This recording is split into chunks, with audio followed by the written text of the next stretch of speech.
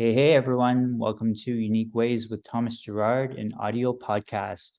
We've got a really awesome guest today. He's an award-winning storyteller and documentarian that lives in Vancouver, BC. He's the founder of Human Biography, a Vancouver-based content agency that produces original video content for the most incredible humans, brands, and organizations across the globe. Please join me in welcoming, and I'm going to mispronounce your name, Sharad Kharé. You got the first name great. It's Kare, so Sharad Kharé, and nice to be here, Thomas. Yeah, good to connect. Thanks so much for joining. Are you ready for 20 questions? Absolutely, let's go for it. Yeah. Great. Question one, tell me a little bit more about yourself. What do you do? So I'm a storyteller and a story listener. I travel the globe to find interesting people that are kind of iconic, sort of most interesting people that the public might find interesting, or people that I find interesting. And I work with them in many ways. I sometimes will do single interviews with them, a moment in time, or I'll follow them and their families for a few months or over a year, just documenting their life and creating either private content for their own use or public content for an audience's viewing opportunity. Yeah. That's super awesome. That's super exciting for me. Just a note for the audience, Shard and I met through previous guest, Scott Mallory Jr., who was a great one as well. I'm super excited to have you on, especially because you do the interviews, and recently we had Debbie Millman on, and that was a big turning point for us in that she does similar work. But it's super cool to have you here. Awesome. Yeah. Yeah. Question two, what's a key piece of knowledge that makes you different? So a key piece of knowledge is I just my curiosity. I don't know if it's knowledge or much as the way that I am. I've always grown up wanting to know more or learn more because I probably didn't think I was enough for a long time. So I would approach very successful people in our community, now globally, and ask them, questions about things that I would want to know more about, or ways to be, or learn new things that I can pursue. And so I've always been curious, and that's probably one of my biggest traits. Yeah. Yeah, I was watching some of your earlier interviews on YouTube, and your approach is really interesting in that you kind of workshopped it out at the beginning, instead of having everything being very prepared. I thought that was quite unique. Well, I learned that life is not really, scripted. And I think when we watch, or at least when I watch documentaries or unscripted sort of media, I find that it's so much more compelling and interesting to see how people really react to things that are going on in their environment, in their life, or in their emotions. And that rawness is really very intriguing to me. Awesome. Question three, why this of all things? Why do you do what you do? That's a great question. I don't think I know how to do anything else except ask great questions and sort of build a trust around really fascinating people that I admire and love. I think that at one point this was my hobby. About 10, 15 years ago, I used to just walk around the city here in Vancouver with a camera, whether it was an iPad or a small handy cam or even just my phone. And I would interview people, or I would just make videos out of them and edit them myself. And then now that I've learned that there's this whole content world, and I got into it quite early, I kind of learned the art of what I wanted, what genre of work I wanted to be in, and that was really compelling interviews, compelling profiles of people that, again, like that I found fascinating. And some of these people had things that we knew about, and it was the things that we didn't know about that I really wanted to find out more about. And when you dig deep into someone's life and you allow them to really be present, and there's a trust, like you're not going to just kind of like, you know use their words and twist them around. And I'm very weary of those types of things, because I do not believe in that. I believe in really allowing people to be themselves and show themselves in their best form. And so I feel like this is my calling, my ability to listen to people, hear their stories, and present them in a beautiful way through video content. Yeah. Perfect. Number four, what does your future look like? Mm. Well, the future is now, I feel. I've learned in my life that everything that you're doing cannot be predicted for the future. Sometimes, like things change very quickly. I live in the world of legacy. So a lot of the work that I do legacy documentaries with families and interesting people that want to sort of tell their story for, again, their families, their communities, their organizations. And sometimes, again, it's very public or very, very private. And what I've learned in that instance is that you don't know what's happening the next day. A lot of my clients, I've interviewed them one year and then the next year they are gone. They've passed away, and all that they have are things like the content that I create for them, and that is how they're remembered. So I'd say the next 4 or 5 years, or maybe 10 years, wherever I might be, I'd like to be healthier in my mind, body, and soul, and I'd like to continue on with this work and flourish it for myself and for others who are my audience and also my subjects. Love that. Great answer. Number 5 is kind of unique to this podcast. Let's talk about location. How does the notion of place play into what you do? Yeah. So I remember there was a time when somebody a lot of my clients would ask me, so do you have a studio space? And I'm like, well, my studio spaces are people's homes, people's office places, people where I go to people where I go to places where people feel comfortable talking to me. And so usually that's a place of their choice. If for some reason they want me to arrange it, I'll make sure that the place is comfortable, well lit, not very many sound distractions. That's sort of the key things that I need. But other than that, I want the person to feel very comfortable with where they are. So place is important to where they feel comfortable. I'm usually comfortable anywhere, to be really honest with you. I've been in many settings, like, I've been in farms in the middle of India. I've been in, massive, like establishments like the United Nations, where I'm getting to sit in the president's room doing interviews with some of the most superhuman, like interesting superhumans in the world. So I think place is really about the other person and where they feel comfortable in talking to me. Perfect. 6, if you had to start from the beginning, what advice would you give your former younger self? I would say to let go of the idea that you're trying to please others. Really, really be comfortable with yourself. I'd also say that keep going. Whatever you're imagining yourself doing or pursuing, you got to keep doing it, because I'm super excited and happy about my work today. And I wouldn't have gotten here unless I did all the things that I did before. And some of them were tough times where I wasn't making any money or people didn't believe in what I was up to. And now we're flourishing and we're enjoying what we're doing. And we're getting to really connect with some of the most interesting people that are change makers in our universe, literally. Yeah. 7, what's your day in the life like? Day in the life is, it's different. Every day is different. Some days I'm up early getting my kids ready for school. I've got a 8-year-old and a 10-year-old, and so I'll be taking them to school, coming home, getting on calls. If there's a local shoot in Vancouver, sometimes that's rare. A lot of our clients are sort of spread out all over the world. So I'll go to a local client. I'll set up my cameras. I've got an incredible camera team. Luke Pellizzari, who's the head of my production, is really my staple on who really understands the way that I like to work. So he arrives with me on wherever we go. And depending on the size of the production, we'll have a sound team or we'll have a writer. And yeah, we are really about making sure that our day is spread out really, really nicely, as far as having time to have rest while having time to be serious about our work, which is setting up for production and then actually being in production.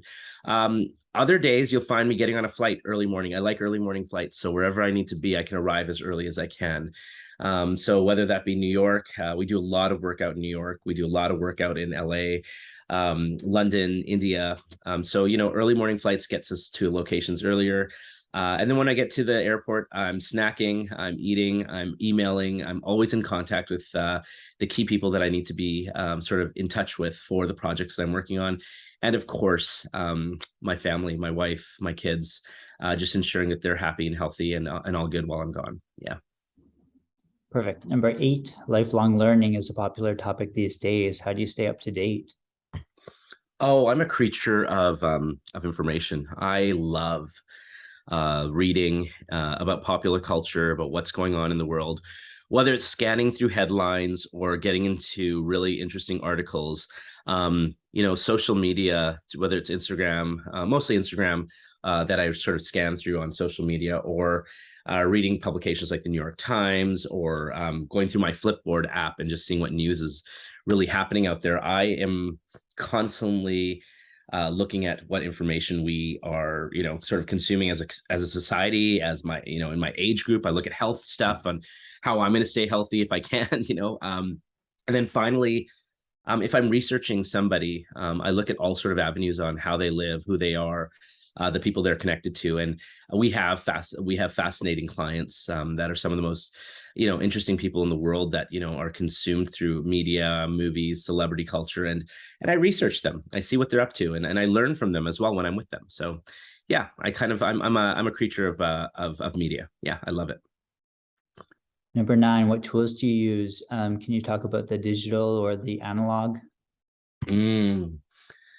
Well, if I talk about analog, I'm really talking about my heart and my mind. I am I've learned to trust my instincts because they've served me well. I've learned to trust my heart because I'm a caring human, and I really want whoever I'm working with or whatever I'm doing, including my family, to know that I lead with love. So that's number one. So that's more the analog sort of stuff. The digital stuff. Wow, I'm a digital, I love the digital world. It sort of has created opportunities for me. So whether it be gadgets like cameras, lighting, sound gear, I'm always researching what's new, what's next. And I've been known to purchase things, sort of first edition, just to make sure that I have it, because I love having the latest technology. So I'm very digital that way. And then consumership of media, whether it's Netflix or streaming platforms, or even my own sort of website, just making sure it's always up to date with information with our clients. And so sharing information through phone, through texting, it's all digital. My whole world is digital. Yeah. Okay, so halfway, number 10, and you talked about this, but how do you deal with work-life balance? Um, I've incorporated so many things in my life, sort of like melded them together. Like work and life became one for a long time. That's sort of the instance of my work, is that um, I'm a family business. My wife and I started this company together, and we still are the principals of this company, and we lead with sort of that idea that we are a family business. So there is an overlap, but there's also this other side that the balance is that I've learned not to be a workaholic, even though I probably still am. So it's kind of like an ironic sort of statement there. I am a bit of a workaholic. I do love what I do. I'm obsessed with it. If I meet somebody, I literally say, "Can I document you?" And they don't know what that means at first, and then I show them my work, and they're like, "Wow, okay, where do we even begin?" And I already know sort of I've sort of I've done so many interviews since 1996 when I started in media, that I've mastered the idea of how to make the perfect interview, and how to conduct a perfect interview, and how to moderate, and how to make people feel comfortable. That it's kind of second nature to me. If it's not, it's like my right hand. And so my ability to do that without even thinking uh, doesn't make it complicated anymore. It just makes it fun, interesting. And I think the challenges is how do we get more interesting people in front of our lens, or how do we get them to talk about things that really matter in the world, and how do we make that compelling for the audience? Mm-hmm. That's how my mind works, whether I'm in the house with my kids, with my wife, or whether I'm out there, working. And I think the balance is that you just need to find time for sleep, exercise, good food, and a lot of water. And if you can't incorporate those things, then you should probably get some help. So yeah, there you go. 11, if you weren't doing what you do now, what would you be doing? I don't know. That's the honest truth. You know, um, Even when I'm not working, I'm still working, right? I mentioned that. Mm-hmm. I don't do things just for money, right? It's not about just money. It's about helping others. So, I mean, if I wasn't doing this, I'd just be volunteering my time to tell other people's stories somehow, some which way. It's all I really know, I think. Yeah. So I don't know what else I'd be doing, to be honest. Number 12, any idea what you would not like to do in terms of career? Hmm. Well, for many years, I went to engineering school to appease a lot of my family, because that's what an ideal job or title would have been. And I failed out of that miserably, physics, math, and all that other good stuff. So I would never want to be an engineer. I'll leave that to the experts. Yeah. Great. 13, what's your favorite word, quote, or sentence? Say that again. I didn't hear that properly. Sorry, 13 is what's your favorite word, quote, or sentence? Oh, you are unique in all the world's history. There was never anyone like you, and in all the histories to come, there will never be another you. It's good. 14, a least favorite word, quote, or sentence? You can't do that. 15, if you had to pick one word to describe yourself, what would you choose? Curious. What keeps you up at night? Ideas and getting on to the next idea. I've woken up in the middle of the night and literally taken a project from beginning to end as far as the build for it. Whether that means buying the website name to contacting people in the middle of the night, emails. Like people have known me to get up in the middle of the night and send them emails and like, what time are you up? And I'm like, I just get up and I had an idea. And some of these ideas have flourished. So I think ideas keep me up at night. Final stretch, what's a dream you're chasing? The dream I'm chasing is the one that I'm living. You know, I'm chasing story. I'm chasing my opportunity to listen to as many interesting people, to learn from them, to know what else is out there besides what is around me. What inspires you? My kids inspire me. My wife inspires me. I'm very spiritual, so I believe that meditation inspires me. And you know, whatever higher beings out there, whether it's God or aliens or some, you know, guru out there, I think I'm inspired by higher knowledge and higher spiritual knowledge. Any advice you'd like to share? Um, be kind, be really humble. I went through a time in my life that I was documenting some of the most fascinating humans as I do today. And I sort of took on ego in that process. And I learned that ego doesn't serve anyone. You know, some of the most incredible people when they're coming to the end of their life, as at times I've interviewed them, and you'll see them at their most vulnerable, their most humble state. And they'll tell me that ego had never served them. And I've learned that as well in my life. So yeah, stay away from ego. It doesn't help. And how can our listeners keep tabs on you? How can we see your work? If you go to humanbiography.com, that's where you can sort of see the sort of like the portfolio. If you, you know, I have something else, the indigenouscollective.com. I work very much in collaboration with Indigenous communities.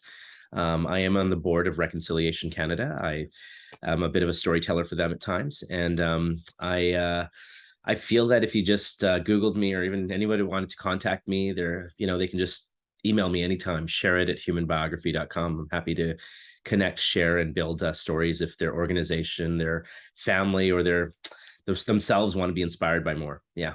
Thank you. Okay, thanks so much, Sharad. I'm great having you on. You know, recently a good friend kind of reminded me of the power of a story. I used to be a huge truth seeker, but I recently started, you know, really kind of being fascinated by the power of a story and storytelling. So great to confirm that. Thank you so much. Thank you so much for doing this. I appreciate it. You know, I've sat on the other side of the seat where I'm constantly asking questions, and I always think to myself, how would I answer that? And you know, I'm always kind of unprepared when I do these things, but I think that is the honesty, and the first answer or response that comes to mind is always the best one. And you made it very easy, and I appreciate the work that you're doing, and I look forward to seeing more of your work. Yeah. Thanks so much. Awesome.